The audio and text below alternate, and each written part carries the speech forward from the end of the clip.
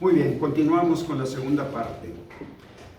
Entonces, tenemos que Apocalipsis es un libro de profecía que predice, es decir, revela acontecimientos futuros, pero también proclama sobre lo que Dios es y lo que Él hará. Pero sin embargo, la profecía es más que revelar el futuro. Detrás de las predicciones hay principios importantes sobre el carácter y las promesas de Dios. Ahí es donde está mostrado la voluntad de Dios, el mensaje de Dios, en los principios que contienen el propósito de todas esas revelaciones. El mensaje es la esencia. Al leerlas, conoceremos mejor a Dios, de modo que podamos confiar plenamente en Él. En este libro se revelan acontecimientos futuros, pero no hay el sombrío pesimismo que pudiéramos esperar.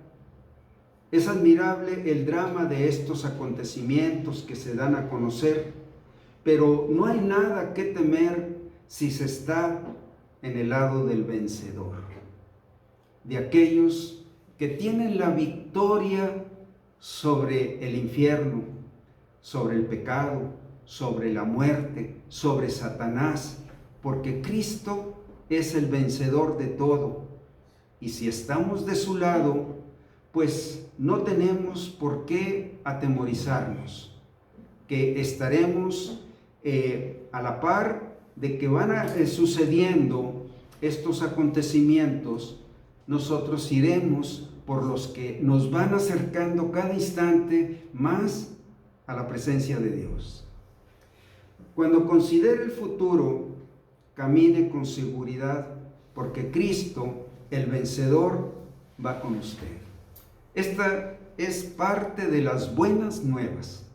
Esto está contenido desde las buenas nuevas que Dios nos anunció, que Él quería perdonar nuestros pecados y que Él podía hacerlos y que Él podía darnos una nueva vida con Cristo y que Él podía inscribir nuestro nombre en el libro de la vida. Ahí empezaron las buenas nuevas, pero toda la doctrina, toda la palabra de Dios está hablando de esas buenas nuevas, concluyendo en esta parte maravillosa. Cuando considere el futuro, camine con seguridad, porque Cristo, el vencedor, va con usted. Usted y yo somos parte de esa victoria viva, solamente por haber tomado la mayor decisión de que Cristo viniera a vivir en nuestros corazones. Y luego en el versículo 3 dice: bienaventurado el que lee y los que oyen las palabras de esta profecía son bienaventurados y guardan las cosas en ella escritas, porque el tiempo está cerca. Otra vez, es lo que está llamando esta revelación. El tiempo está cerca. Esta frase así la escribió el apóstol Juan, allá al final del primer siglo, y así vivieron todas las generaciones, creyendo que el tiempo estaba cerca. Por eso Pedro escribió también en la primera epístola de Pedro, dice: apresurándoos, ¿verdad?, para la segunda venida de nuestro Señor Jesucristo. Es deprimente cuando oímos y vemos los reportajes noticiosos llenos de guerra, violencia, escándalo, disputas políticas, y pudiéramos preguntarnos hacia dónde va el mundo. Sin embargo, el plan de Dios para el futuro da inspiración y aliento para los que creen en Él. Estamos llamados a bendición. Dios no nos ha puesto para alcanzar ira, sino para alcanzar bendición. Y eso debe ser la fortaleza que Dios nos lleva en el hueco de su mano hacia sus planes eternos. Y es parte de la motivación que debe de obrar en nosotros para llevar una comunión y un compañerismo estrecho con Dios. Que cada instante el tiempo está cerca. Cada instante podemos reunirnos con Cristo. Porque sabemos que Él intervendrá en la historia para vencer el mal.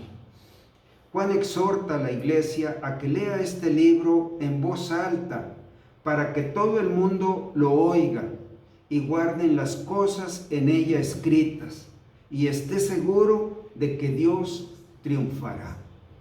Bueno, no sé cuántos de ustedes hayan leído el libro de la Biblia y los que han leído, el libro de Apocalipsis en la Biblia, y los que lo han leído, ¿cuánto les ha motivado esta visión de un encuentro con Cristo, de vivir los últimos días, de las cosas que debemos apresurarnos y prepararnos? Bueno, es lo que está diciendo aquí: bienaventurado el que lee, y los que oyen son a los que se les predica las palabras de esta profecía, y guardan las cosas en ella escritas, porque el tiempo está cerca. Cuando Juan dice el tiempo está cerca, está exhortando a sus lectores a estar preparados en todo momento para el juicio final y el establecimiento del reino de Dios. Ese es el momento culminante. Dios establece su reino y en ese momento Él va a juzgar todo el mal.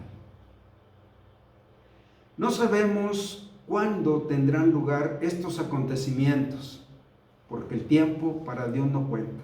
Lo que cuenta es cuando las cosas están maduras. Pero siempre debemos estar preparados. Sucederán de forma sorpresiva y no habrá una segunda oportunidad para cambiar de bando. Los que eligieron y ya determinaron qué es lo que ellos quieren para su vida, llega ese momento, este momento que está anunciando de la venida del Señor Jesucristo. Ya no tendrán oportunidad de cambiar al bando de los vencedores. En Apocalipsis 1:4 leemos también, continuando con este pasaje: Juan a las 7 iglesias que están en Asia, gracia y paz a vosotros del que es y que era y que ha de venir, y de los 7 espíritus que están delante de su trono, y de Jesucristo, testigo fiel, el primogénito de los muertos y el soberano de los reyes de la tierra, al que nos amó y nos lavó de nuestros pecados con su sangre. ¿Verdad? Bueno, vamos a tratar de ver algunos aspectos que están contenidos aquí. Jesucristo le dijo a Juan que escribiera a las 7 iglesias que lo conocían, porque el apóstol Juan, de ahí fue donde él fue aprendido por causa del testimonio de Jesucristo, llevado a la isla de Patmos. Estas regiones están por ahí donde está ahora la nación de Turquía. Es la nación donde estaban estas 7 iglesias, y es lo que le llama Asia, o ahora se le llama Asia Menor. Y cuando el Señor habló a través de Juan dirigiéndose a estas 7 iglesias, es en Apocalipsis 1:11, dice: yo soy el alfa y la omega. El alfa y la omega el alfa es la primera letra del alfabeto griego y el omega es la última. Es decir, yo soy desde la primera letra hasta la última letra de lo que se ha revelado. Yo soy el primero y el último. Escribe en un libro lo que ves y envíalo a las 7 iglesias que están en Asia: a Éfeso, Esmirna, Pérgamo, Tiatira, Sardis, Filadelfia y la Odisea. Esas son las 7 iglesias donde él ministró. y realmente se le dedica a partir del capítulo 2 una sesión que se dirige a cada iglesia en lo particular. Y el mensaje contenido para toda la iglesia de todos los tiempos lo conforman los 7 mensajes, donde Dios ve un aspecto de la iglesia o está viendo otro, de tal manera que nos sirve para considerar cómo estamos viviendo como iglesia. Más adelante es mi propósito hablarles sobre el mensaje que Dios escribió a cada una de esas iglesias. Las cartas habían sido dirigidas de tal manera que pudieran leerlas y pasarlas a otros de forma sistemática, siguiendo el orden de la carretera principal romana. Era un recorrido que pasaba por esas ciudades. De hecho, el Imperio Romano tenía una influencia muy fuerte en esas ciudades y había una carretera central que pasaba por esas ciudades. Alrededor de la provincia de Asia, ahora llamada Turquía. Gracia y paz a vosotros, del que es y que era y que ha de venir, y de los 7 espíritus que están delante de su trono, y de Jesucristo, el testigo fiel. Es un saludo que está mandando Dios, presentándose en este saludo como la Trinidad. El saludo comprende al mismo tiempo a Dios Padre, a Dios el Hijo y a Dios el Espíritu Santo. Lo voy a leer otra vez para que capten cómo Dios se revela como un Dios en 3 personas al mismo tiempo, o como un Dios trino, o como la divina Trinidad, ¿verdad? Gracia y paz a vosotros. Este es el saludo. ¿De quién? Del que es y que era y que ha de venir. Allí se enfoca a Dios Padre. El que es, el que era y que ha de venir. ¿Cómo va a venir? Pues estamos mencionando la segunda venida de Cristo. El que es desde los siglos. El que era desde la eternidad pasada y el que vendrá. Ese es Dios el Padre, así se define. Y de los 7 espíritus que están delante del trono, estos 7 espíritus conforman el Espíritu Santo. El 7 es un número de perfección. El 7 se usa muchas veces en Apocalipsis y en la Biblia como el número de Dios. Es el número donde Dios se manifiesta, es la perfección, es el poder, donde Dios se manifiesta. El del hombre es el 6, por eso habla en Apocalipsis de un hombre que se le llama el 3 seises, 666, porque es el hombre. Bien, por medio de estas palabras se nos muestra la Trinidad, el Padre, el que es. No hay, dice que hay un solo Dios, pero debemos entender que Dios quiso accesar a nosotros de 3 maneras o en 3 presentaciones, pero es el mismo Dios haciendo una parte de su obra, el que es por los siglos, el que era desde la eternidad pasada, el que ha de venir. ¿Y quién es el que ha de venir? Jesucristo Dios. El Espíritu Santo es otra persona de la Trinidad. Los 7 espíritus, de parte de Él viene este saludo, y el Hijo, Jesucristo, el testigo fiel. Él es la fuente de toda la verdad. Y vamos a leer aquí, le voy a pedir a Américo que nos lea Juan 14, 6 y 7. Y le voy a pedir también a Mariquín que nos lea Apocalipsis 19, 11. Nomás lean en voz alta, que se oiga hasta acá, por favor. 14, 6 y 7. Sí. Sí, sirve de oportunidad de que ustedes abran su Biblia en estos pasajes y que de una manera directa tengan contacto con esta palabra. Adelante, Américo. Jesús le dijo: yo soy el camino y la verdad y la vida. Nadie viene al Padre sino por mí. Si me conocieses, también a mi Padre conoceráis, y desde ahora le conocéis y le habéis visto. Bien, esto tiene que ver con el testigo fiel, ¿verdad? Vamos a leerlo de nuevo, Américo. Jesús le dijo: yo soy el camino y la verdad y la vida. Nadie viene al Padre sino por mí. Si me conocieseis, también a mi Padre conoceréis. Desde ahora le conocéis y le habéis visto. Habéis visto al Padre en mí, ¿verdad? Y en ese sentido, Él cumplió toda la misión que Dios le había encomendado. La encarnó. Él encarnó toda la voluntad de Dios. Todo Él era el camino, todo Él era la verdad, todo Él era la vida. Si me conocen a mí, conocerán al Padre. El que me ha visto a mí, ha visto al Padre. Bien, ahora vamos a leer Apocalipsis 19:11, Ameriquín.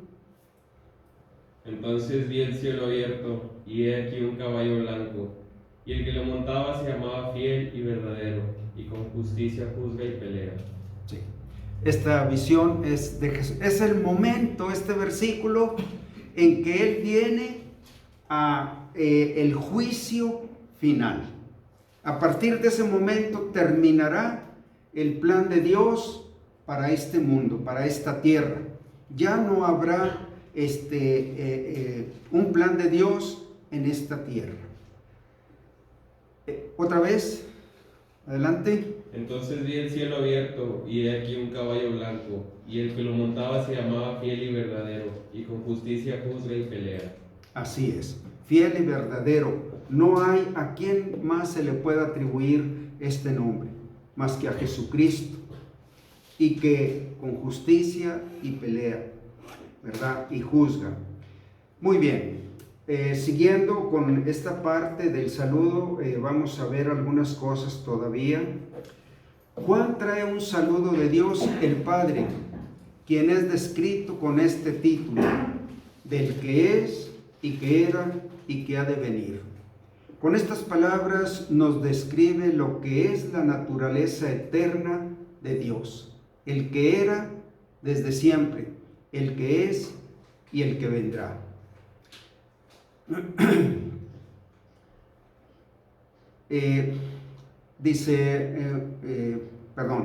Nos describe lo que es la naturaleza eterna de Dios. Nos transmite la idea de un ser sin tiempo, que no está sujeto al tiempo.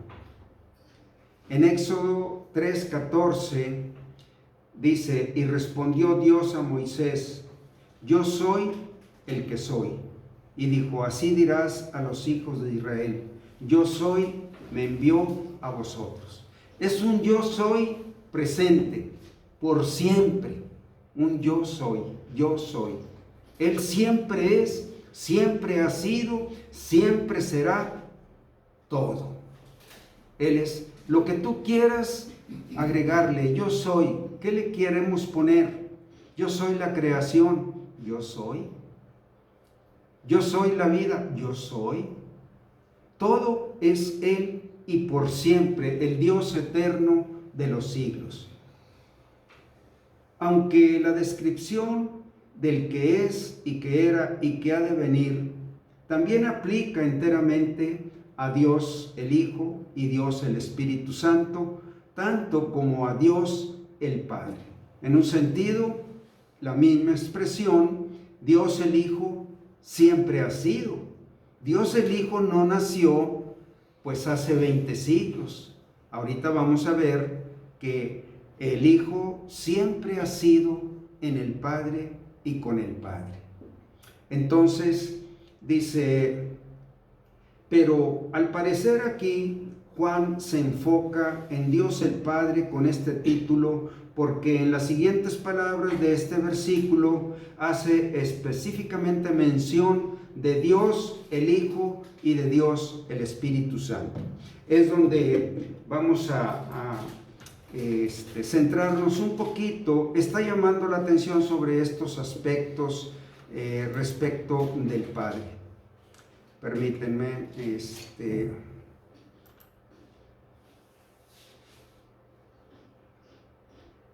aunque de los 7 espíritus que están delante del trono, es parte del saludo. Juan trae un saludo de Dios, el Espíritu Santo, quien es descrito con este título, con esta expresión, los 7 espíritus que están delante del trono. Los 7 espíritus están comprendidos dentro de lo que es el Espíritu Santo. Se emplea el número 7 a lo largo de Apocalipsis como símbolo de totalidad y perfección. En 7 días terminó Dios su creación y lo señaló y separó para él ese día, el 7º día. El día del hombre fue el día 6, pero el día de Dios fue el día 7. Y aquí está haciendo alusión a 7 espíritus que están contenidos en el Espíritu Santo. Y el saludo también viene de Jesucristo, el testigo fiel, el primogénito de los muertos y el soberano de los reyes de la tierra. Así lo describe al Hijo, al Dios Hijo, perdón. Jesús es el testigo fiel. Y aquí vamos a leer estas citas. Le voy a pedir a Dora que nos lea Juan 7:16 y Sarita nos lee Juan 8:28. Y yo les voy a leer Juan 12:49. Juan 7:16. Sí, en voz alta. Jesús le respondió y dijo: mi doctrina no es mía, sino de aquel que me envió. Bien, ahora Juan 8:28 está enfocando estas expresiones a Jesús, el testigo fiel. Él dice, bueno, léenos también el 50, por favor. El 17. Sí, una disculpa. Juan 7:17. Bueno, 16 y 17 para comprender el enfoque que está haciendo. Okay. Juan 7:16 y 17. Jesús le respondió y dijo: mi doctrina no es mía, sino de aquel que me envió. El que quiera hacer la voluntad de Dios conocerá si la doctrina que es de Dios. Si la doctrina es de Dios o si yo hablo por mi propia cuenta. Sí, es como un filtro. ¿Tú quieres saber si esta doctrina es verdad? Yo te digo que solamente que tú quieras hacer la voluntad de Dios, te darás cuenta que esta doctrina no es mía, es de Dios.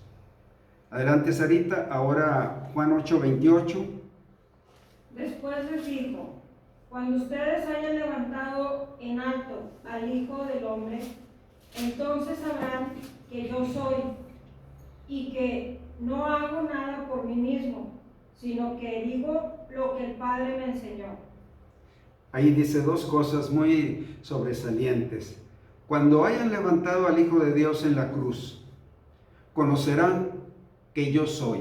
Ese es el nombre con el que Dios se reveló a Moisés y en el Antiguo Testamento. Conocerán que yo soy el Dios que era, que es y que ha de venir. Yo soy, ¿verdad? Y luego dice, ¿qué dice después? Yo soy. Y que no hago nada por mí mismo, sino que digo lo que el Padre me enseñó. Sí. En un sentido, a veces no se puede deslindar o separar la misión de Jesús como el siervo, como el mensajero, como el que vino a revelar toda la voluntad de Dios en su vida.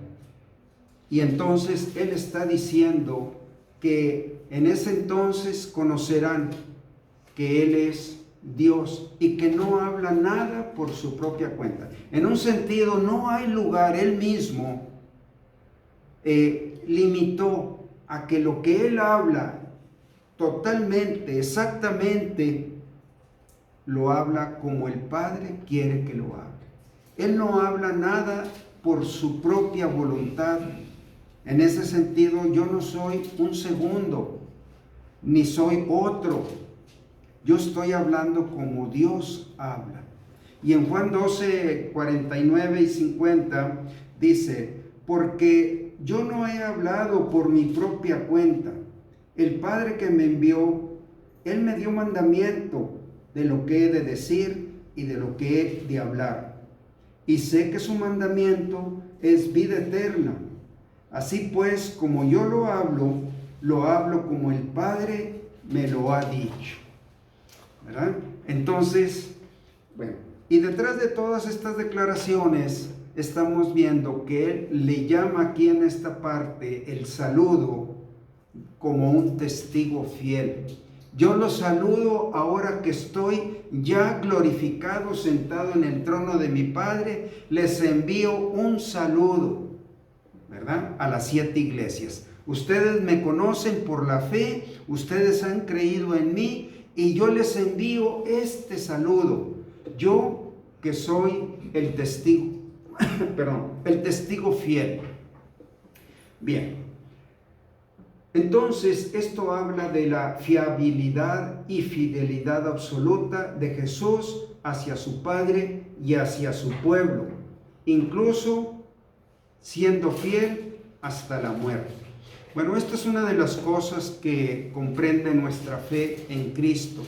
Nosotros le confiamos nuestra vida y creemos en Él como Dios mismo.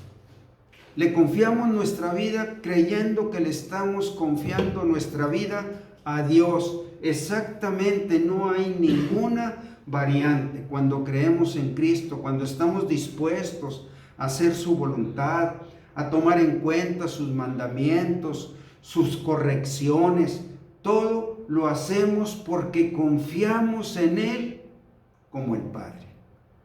Tenemos una entera confianza que al haberle entregado nuestra vida a Cristo, se la hemos entregado a Dios.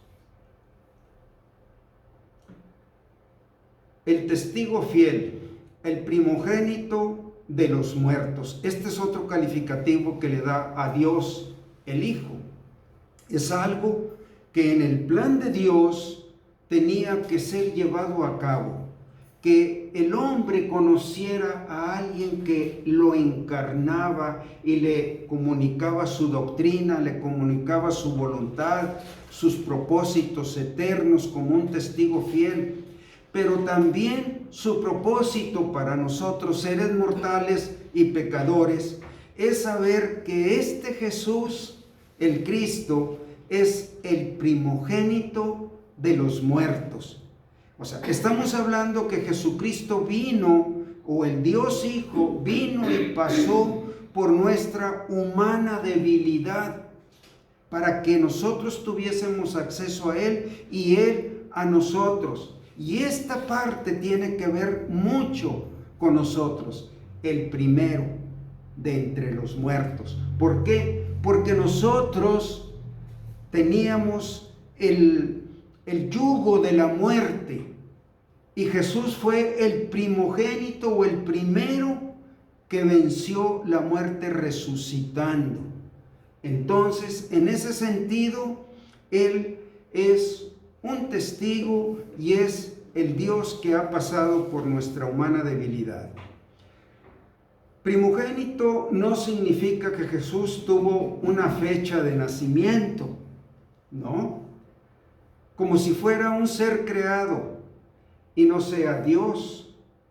Por ejemplo, en Colosenses 1:15, si quieren abrir sus Biblias ahí, Colosenses 1:15, Él es la imagen del Dios invisible, el primogénito de toda creación. A Dios nadie le vio jamás. El que me ha visto a mí, ha visto al Padre. Entonces en Colosenses 1:15 dice, Él es la imagen del Dios invisible. ¿Quieres conocer a Dios? Tienes que conocer a Cristo. No hay otra imagen. Por eso Dios en el segundo mandamiento nos manda que no debemos inclinarnos ni honrar ni darles culto a las imágenes, porque hay sola una imagen, pero es una imagen espiritual. No podemos plasmar la imagen de Jesucristo en ninguna pintura, figura o ninguna imagen. Es una imagen que se revela en espíritu y en verdad. Es decir, lo conocemos interiormente. Y no podemos, y no nos es dado tener algo visible para imaginarnos la imagen de Jesús. Él es la imagen, pero lo vemos como un ser revelado precisamente por el Espíritu Santo.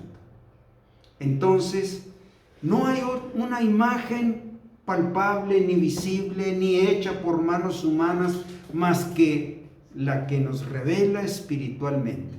Dice que el Espíritu Santo toma todo lo que es de Cristo y nos lo hace saber. Entonces, estamos leyendo aquí en esta parte, porque en Él fueron creadas, ¿en quién? En el Hijo. Porque en Él fueron creadas todas las cosas, las que hay en los cielos y las que hay en la tierra, visibles e invisibles, sean tronos, sean dominios, sean principados, sean potestades.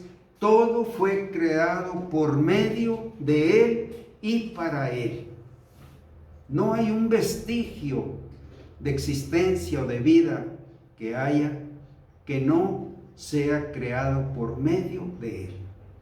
Él creó a Satanás, Él creó a los demonios, pero Dios no creó el mal. El mal lo creó Satanás y Él es el heredero del mal y del pecado. Y Él es antes de todas las cosas, el Hijo. Por eso no podemos decir que tenga una fecha de nacimiento. Aquí es un tropiezo tremendo para muchas religiones pseudo-cristianas. Consideran que el Hijo es un ser creado, pero todas las cosas subsisten en Él. Él es el que les da vida. Nadie le dio vida a Él. Y Él es la cabeza del cuerpo, que es la iglesia. Él, que es el principio, el primogénito de entre los muertos, para que en todo tenga la preeminencia. Y todo es todo. Por cuanto agradó al Padre que en Él habitase toda plenitud. Bueno, otra vez, ¿es un segundo o es el mismo? Bueno, en el plan que Dios hizo, Él quiso que en Cristo, o Jesús Cristo, habitase toda plenitud. Y voy a leer un pasaje que tiene que ver con este mismo pasaje de Colosenses respecto de que Él es desde el principio y que todas las cosas en Él subsisten y que Él fue el que creó todo por medio de Él y para Él, para sus propósitos. Voy a leer en el Evangelio de Juan, si quieren abrir sus Biblias ahí, en el capítulo 1, y dice 1:1, en el principio era el Verbo, y el Verbo era con Dios, y el Verbo era Dios. Este calificativo que el apóstol Juan usa, solamente Juan usa esto porque el Verbo es el que dijo y fue hecho, el que mandó y existió. Este Verbo es el que vemos en Génesis 1:1, ordenando la tierra, creando las cosas que habían de ser creadas por primera vez, creando al hombre por primera vez, porque Él mandó y existió. El que dijo y fue hecho, y voy a leer otra vez, en el principio era este que dijo, el Verbo, y el Verbo era con Dios, y el Verbo era Dios. Este era en el principio con Dios, era uno con Dios. Y dice, todas las cosas por Él fueron hechas, y sin Él nada de lo que ha sido hecho fue hecho. Todo fue hecho por medio de Él. Él estaba con Dios, y Él estaba con Dios, y Él era Dios, y Él hizo todas las cosas. Y en el 4, la primera parte dice, en Él estaba la vida.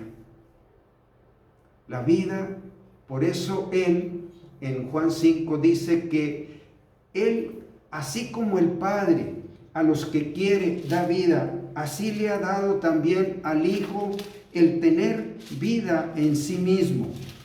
Déjenme leer esta parte en Juan 5.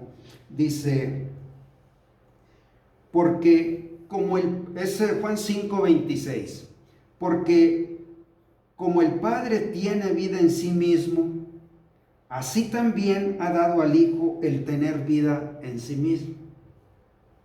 O sea, no es otro Dios, es el Dios mismo. Y también le dio autoridad de hacer juicio por cuanto es el Hijo del Hombre.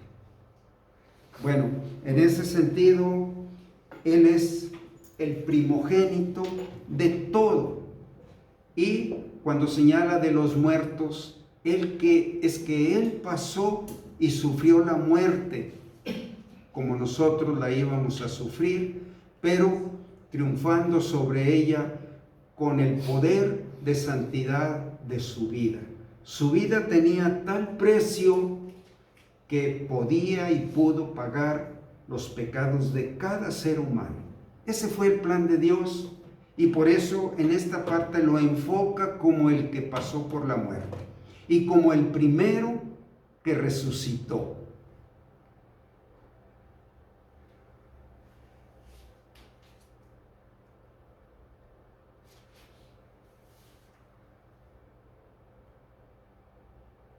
Bueno, voy a terminar, nomás voy a leer esto. Les pido que me den unos minutos. Esto habla de Jesús estando firme como preeminente entre todos los seres, primogénito de los muertos. Significa mucho más que ser la primera persona resucitada. También significa que Él es preeminente entre todos aquellos que han resucitado o que resucitarán. Jesús es el primogénito de entre muchos hermanos. Es el primero, el primogénito que dio luz a la resurrección, el que resucitó de los muertos. Y es el primero entre muchos hermanos. Y esos muchos hermanos somos todos los que estaremos con Él en el cielo, por la fe en su nombre. Los antiguos rabinos llamaban al mismo Jehová el primogénito de la creación. Los rabinos también utilizaban primogénito como un título mesiánico, sabiendo que Jehová iba a venir a sufrir en la cruz. Así lo declaró Isaías en el capítulo 53. Mas Él, Jehová, fue herido por nuestras rebeliones, fue molido por todos nuestros pecados. El castigo de nuestra paz fue sobre Él, y por su llaga, la llaga de la cruz, fuimos nosotros curados de la maldición del pecado. Jesucristo es el testigo fiel, el primogénito de los muertos y el soberano de los reyes de la tierra. Por eso en Apocalipsis se le llama el Señor de los señores y el Rey de los reyes. Es el soberano, el que elige cómo hacer, qué quiere hacer, cuándo lo quiere hacer. ¿verdad? Es el soberano de los reyes. Antes que termine el libro de Apocalipsis, Jesús tomará el dominio de todo reino terrenal. Es decir, hasta el capítulo 20 habla del fin de los tiempos. Capítulo 21 y 22 habla del nuevo tiempo y habla también del reino, el reino terrenal de Jesús. Entonces, en el tiempo presente, Jesús reina, pero su reino es espiritual. Aún no se ha establecido presencialmente en este mundo. En este saludo, con la mención de cada persona de la Trinidad, vemos cómo el Nuevo Testamento presenta la doctrina de la Trinidad de una manera que simplemente teje la verdad de la Trinidad, que hay un Dios en tres personas en todo el entramado del Nuevo Testamento. Es decir, todo lo que nosotros hablemos de la doctrina del Antiguo Testamento, el Nuevo